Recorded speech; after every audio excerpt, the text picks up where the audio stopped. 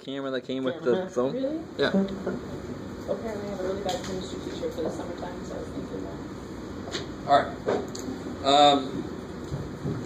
If there's no questions from the homework, so last time we did 10.3, we did this handout, and if I remember correctly, we finished it. Now the one extra little piece in 10.3 that's not on here, that basically is what this thing kind of built up towards is, sure, they're going to give you an equation and you're going to have to graph it.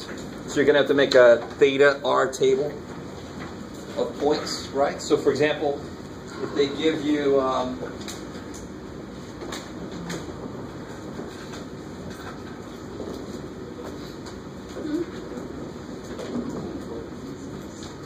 right, let's do this together. Let's see how this works. It's going to be exciting considering I didn't bring any extra What section is that? polar graph paper. This is 10, yeah. Polar curve stuff.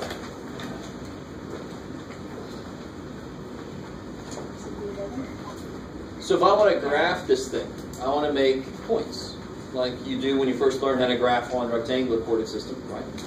So I'm going to put it in the order that the points are made, but theta is my input, of course, right? Which is why the points are kind of silly that there are theta, but oh well, too bad for us. So somebody help me out. How wide of a range do you think I have to give for theta inputs for this? 1. So what I mean is, do I want to go from 3 pi to 7 pi? What do I want to do? 0 to 2 pi. Why 0 to 2 pi makes sense? That's a full circle. Because cosine's period is 2 pi. Right? You want to let that go through all of its values. Does that make sense? Yes, ma'am. We basically want to do that anytime we have a trig function. Except tangent. Except tangent. Tangent's period is pi, but in general, I mean, if I saw sine 2 theta, do you guys remember how that guy's period is affected? It's half right normal. Yeah. Right, because a period Goes twice as fast. would be what it is divided by whatever the multiplier is. Right, so it goes through all of its values quicker. Right? And if there was a 1/3, it would be 3 times as long. Kind of with me? So it gives you an idea of what to let theta be. Alright, cool. So here, if I just start doing this, if I make theta 0, what do I get for R? -1. Oh no. 1. Yeah. Cosine of 0 is 1, so twice that is 2 minus 1 is 1. And then I just start throwing some more stuff. Let's see if we can... normally you at least do the 45-degree angles. And if that's not good enough resolution, you come back and you fill in some like pi over 3s and pi over 6s, right?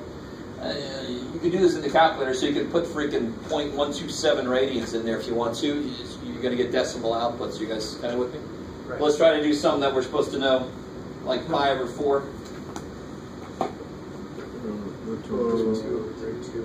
Root 2 minus 1, and that's going to be close enough to 0.4. Right. All right, you all with me here? Yo. Sure. No, I don't like the word sure. An answer to that. Not in general, sure is a good word, but as an answer to that question, no. Pi over 2, of course, will be -1. -1. 3 pi over 4. Now cosine is going to be negative. No. Yeah. So it'll be negative rad 2 minus 1, so negative 1.4 minus 1, negative 2.4. So it's really good to know rad 2 is about 1.4. Sure. Again, calculator. Right? Like for me, I've never sat down to do this, but I should know what square root of 3 is. I know square root of 2 is 1.414, and that's good enough for by hand shit, right? But square root of 3 is like 1.5, 1.7. I can't remember. Why do you know that? Huh? Why do I know that? Because it happens enough. Anything that happens often enough, you just start to know. You have to use it often enough. I still remember the code for bronchitis when I worked at the hospital. It was 466.0 was the billing code for bronchitis. Is that useful to me? No.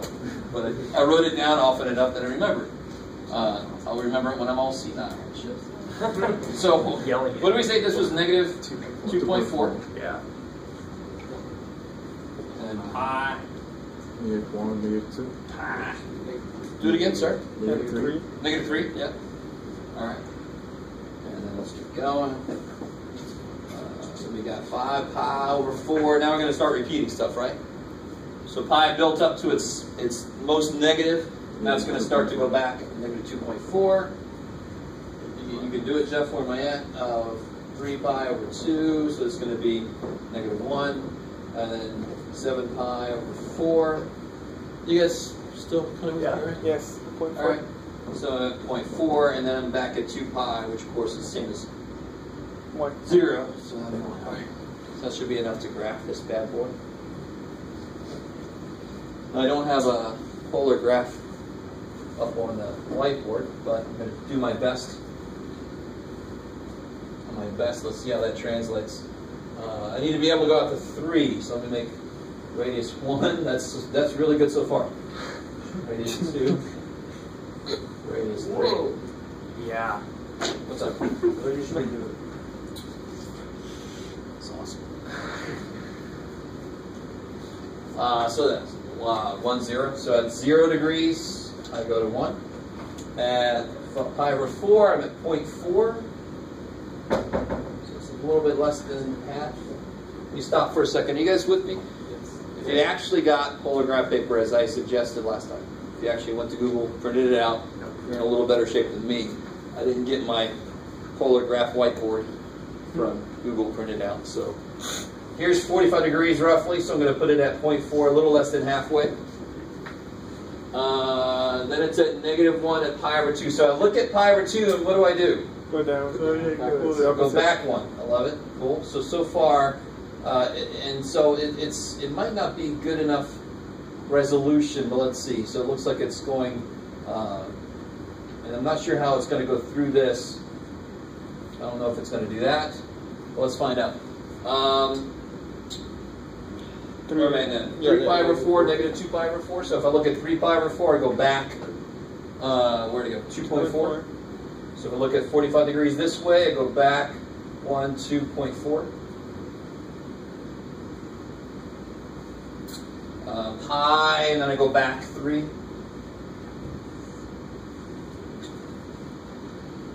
Five pi over 4, go back. So I look at 5, where am I at? Look at 5 pi over 4, and then I go back 2.4.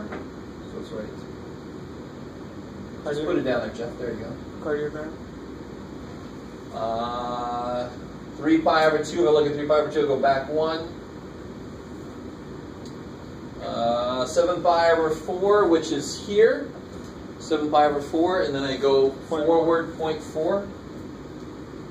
So about right there. And then at 2 pi and back at 1. So it looks like maybe it does that. That would be interesting if I got that right.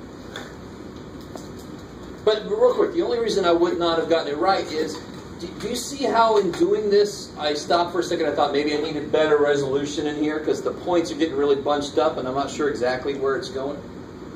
Of course, you can always double check, just throw this into your calculator and see what it does. Calculator.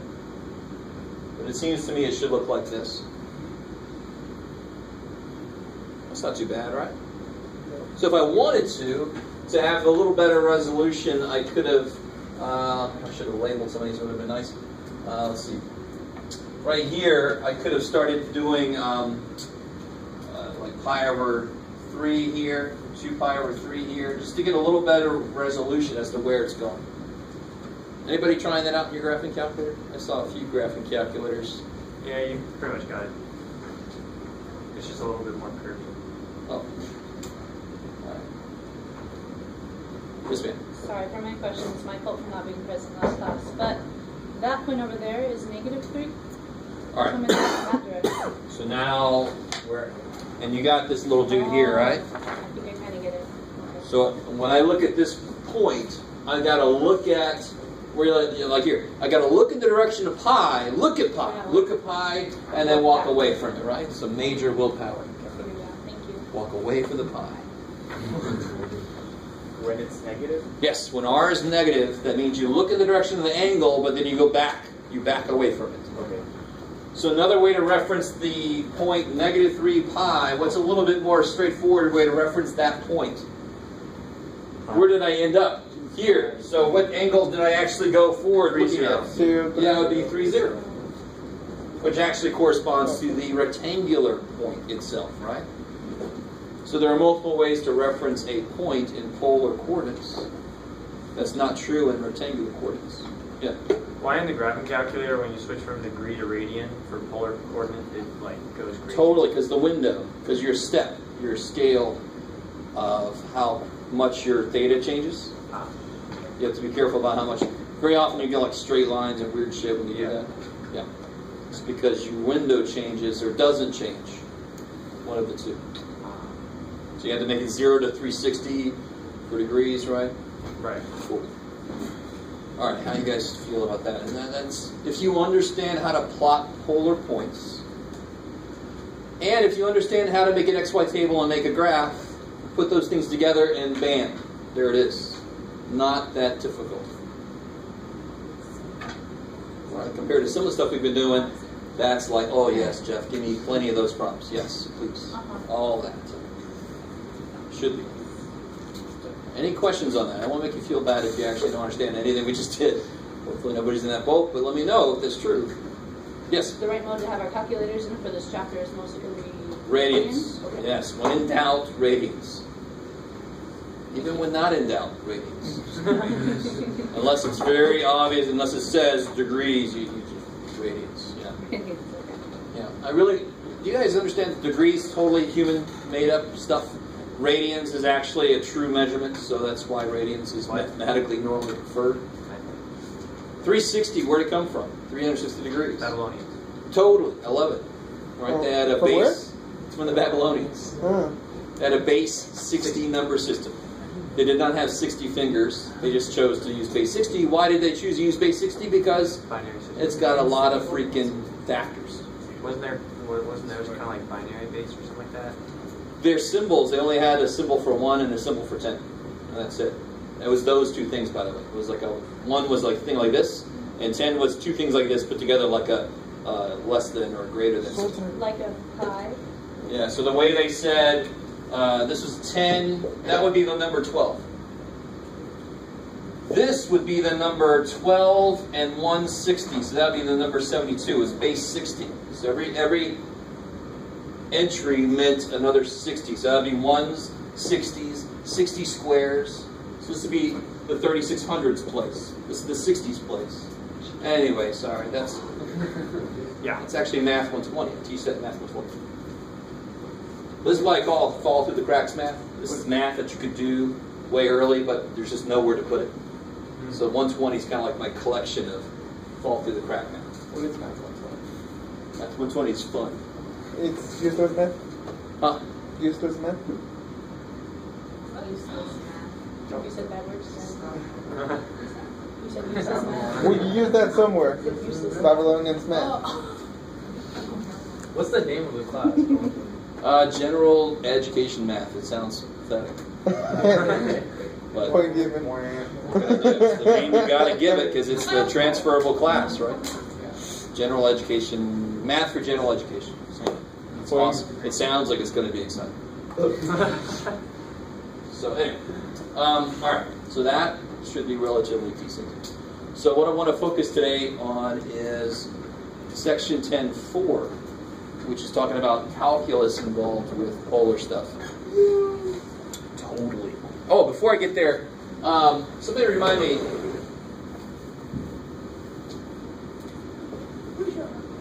For polar, what's x and y equal to in terms of r and theta? R cosine theta. R sine. Yeah, the stuff we've known forever. So the funny thing is, the way to make this, if I have, for example, so I do have this. I have this equation. To make this into a parametric style polar equation, here's what's interesting. I have it right here. So theta is the parameter. What's r in this case? Yeah, so I'd say x equals 2 cosine theta minus 1 times cosine theta.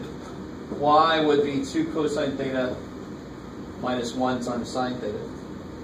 If you put this into your parametric mode calculator, and of course you're going to put t in place of theta because it uses t for parametric, just because, you would actually get that picture too. That's another way to get that picture. The only reason, now look, is that any better than that? No. But here's what's beautiful about it, is I can now get very easily, because we know how to do derivatives of parametric stuff, right? So so if I wanted dy dx, that would be dy d theta dx d theta. Let me stop there for a second. Is that cool? Mm-hmm. We know this from before. Of course, theta was t for general parametric, but I can use whatever the hell variable I want to be honest. Right? So it's very often theta. What is dy d theta? Let me be careful. Let's do this more in general. Let's just call it, this is f of theta. Is that cool? So we don't get anything wrapped up in the specifics. Whatever f of theta is from R. What's dy d theta? What do you notice? This is f of theta times sine theta, so what do you have to use to take its derivative? Product rule. So it'd be f prime theta sine theta plus Cosine theta, f theta cosine theta. I love it. Same thing with dx d theta, right? Same thing. So it'd be f prime theta cosine theta minus, because when you take its derivative, of course you're going to get f theta sine theta. negative sine theta, so just minus theta sine theta. So that is that. I'm not going to make you memorize that. I might ask you a question to use this, and I'll give you the formula. It's not that big of a deal. Which is to show you how you can use the dx, the dy dx, the dy dt, dx dt, that form, you can use it to attack polar stuff too. Kind of freaky, but I mean every step makes sense. Think about it, hopefully. And that's where you end up with that monster. Alright, so just want to give that. That's the last little piece in section 10.3 as they talk about this. So 10.4, let me ask you guys if you remember.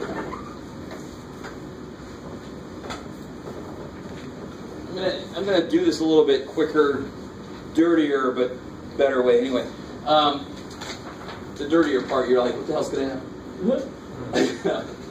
happen? Remind me, what's the formula for the area of a sector? I don't know if you guys remember. And real quick, watch. Who remembers the formula for the arc length? It's a beautiful little formula. 2 pi r. 2 pi r. R theta. Just R theta. Arc theta. I like it. Somebody was just starting to say all the letters on the board. They came in the right order. Hey. So the arc length is r times theta. And if you think about it, real quick, just to remind you guys this, because we forget this so easily. Here's the radius. If I take the radius off and curve it and put it back on the circle, you guys with me on it? I could pull it up on here, but I'm too lazy to do it.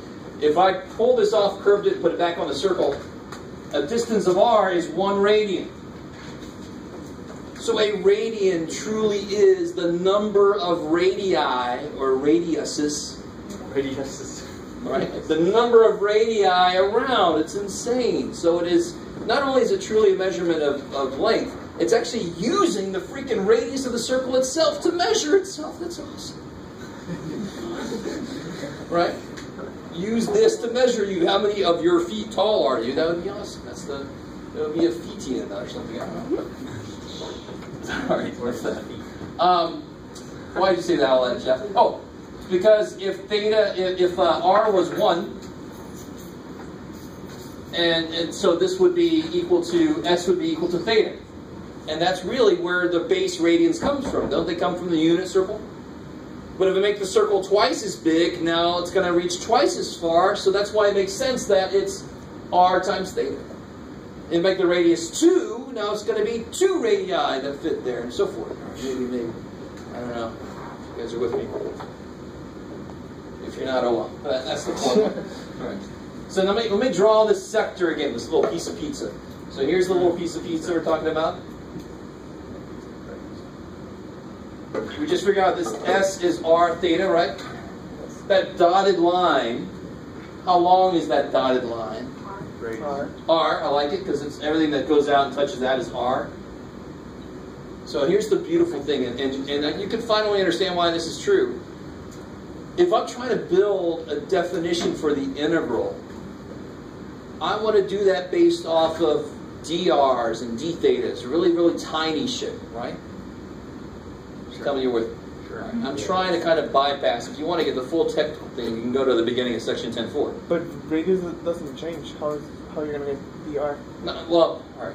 D stuff. Oh. Sorry, I just said D everything there, but D theta. This is how much theta is changing. So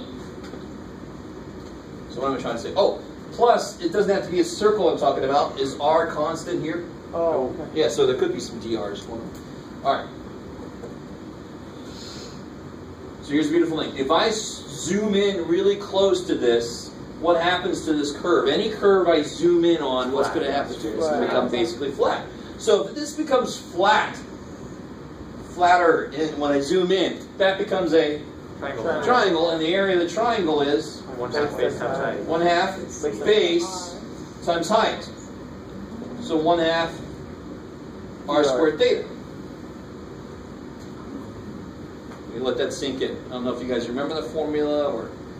The area. I love that the formula is the area of a triangle, and then students are like, but the bottom's curved.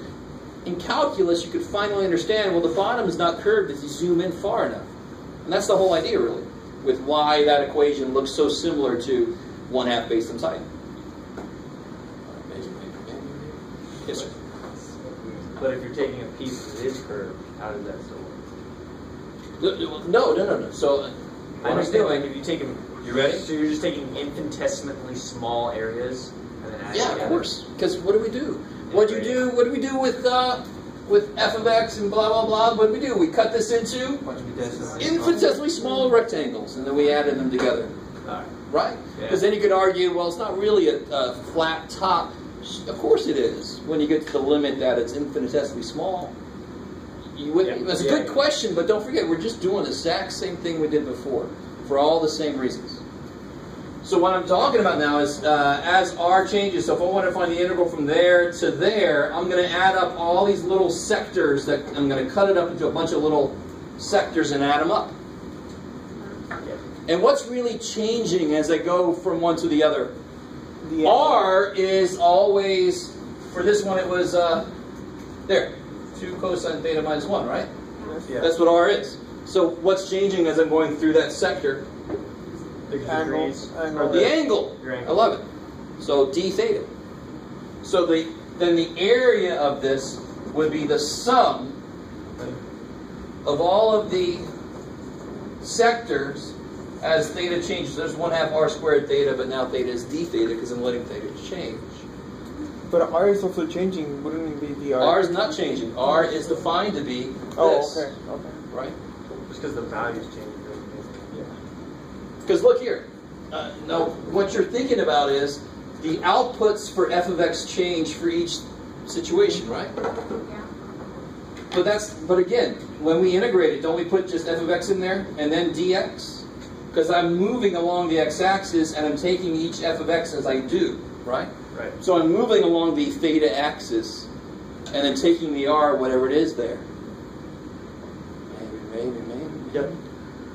Maybe. I'm trying to save us from some. Yes? What is the distance of the equation? Distance. Where's the distance?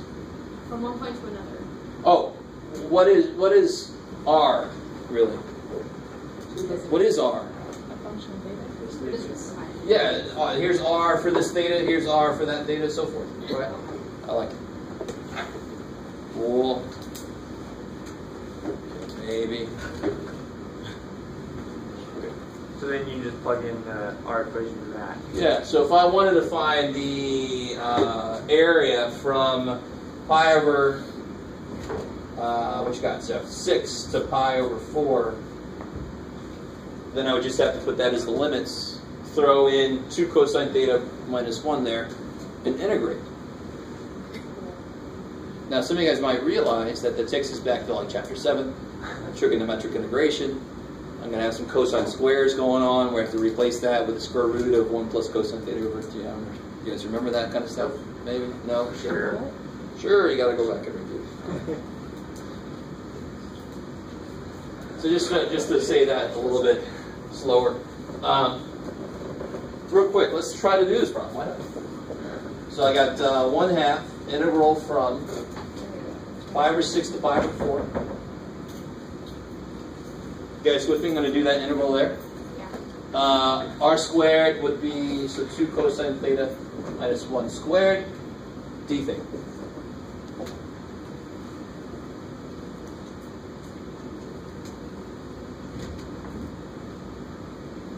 So what's going to happen in there?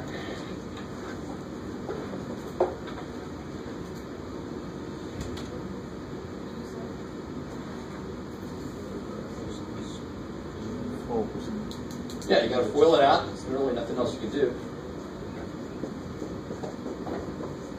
So this and this are easy to integrate, right? Yeah.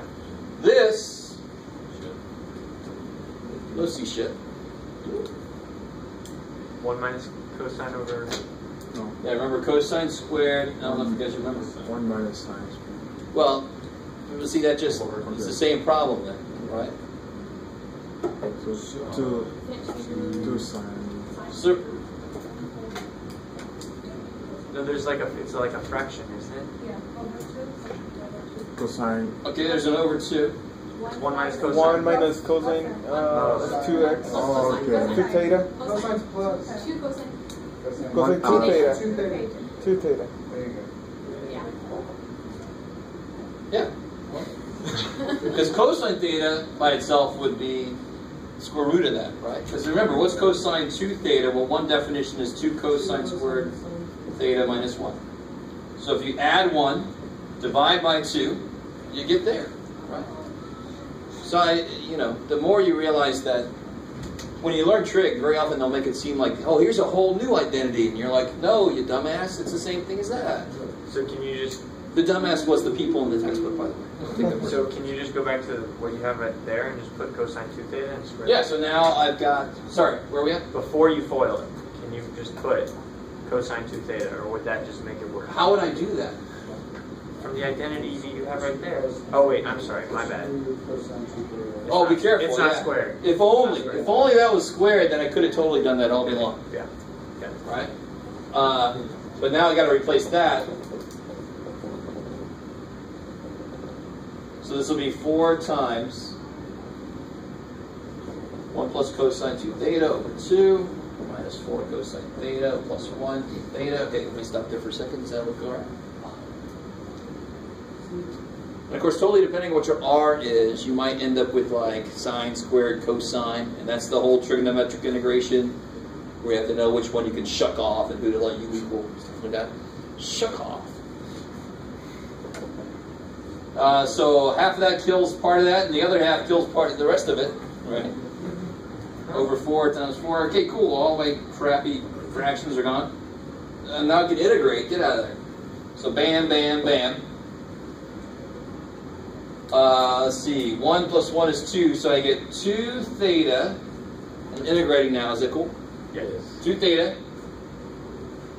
plus, what's the integral of cosine 2 theta?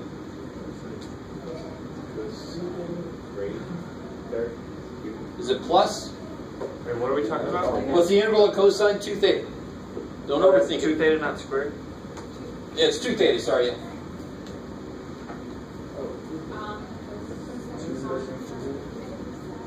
Sine 2 theta over 2, kick ass, because you got to kill the 2 that would come out.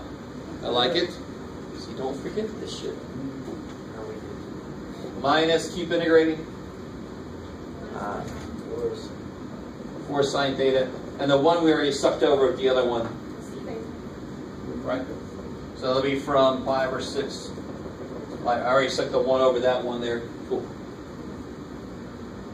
And then just got plug and check. Blah, blah, blah. That's the uninteresting part. What did you do with the 1, Joe? 1 plus 1 is the 2 there. And the theta comes from. Integrating 2 d theta. Yeah. Yeah, so this will be integral 2 plus cosine 2 theta minus 4 cosine theta. So integral 2d theta is 2 theta. Right? I like it. I'm Yes. confused. Why didn't you distribute the 1/2 across the whole integration? Oh, because I decided not to. Oh, okay. But good catch. So this all should be over 2.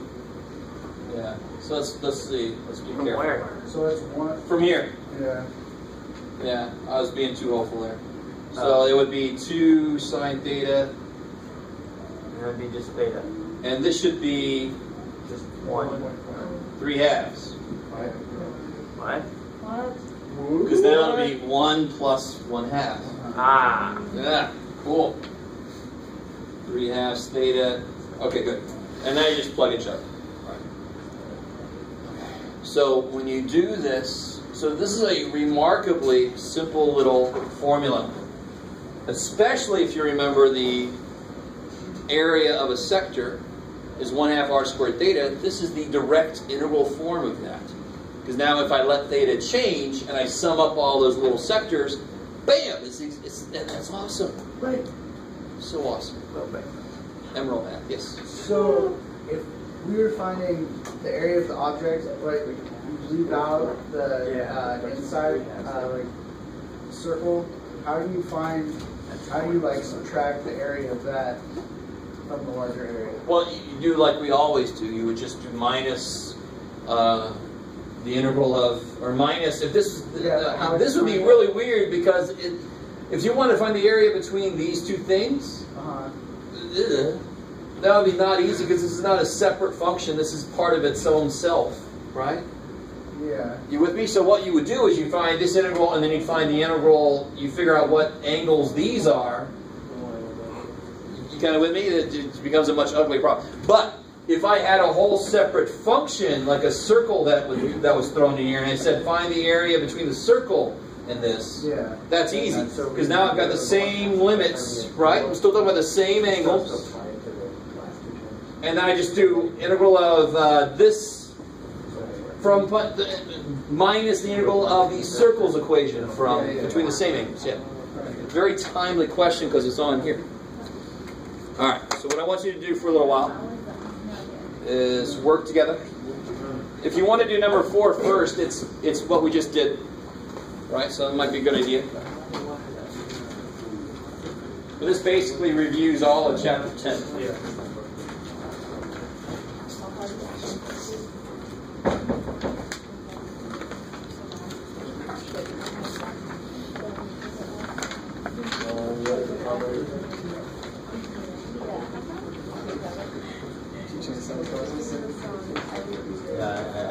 Oh, yeah. 1 second. I wish I was back in those like easy math classes. You didn't know it was easy to learn. I was a joke, you know, it's like I don't know. I started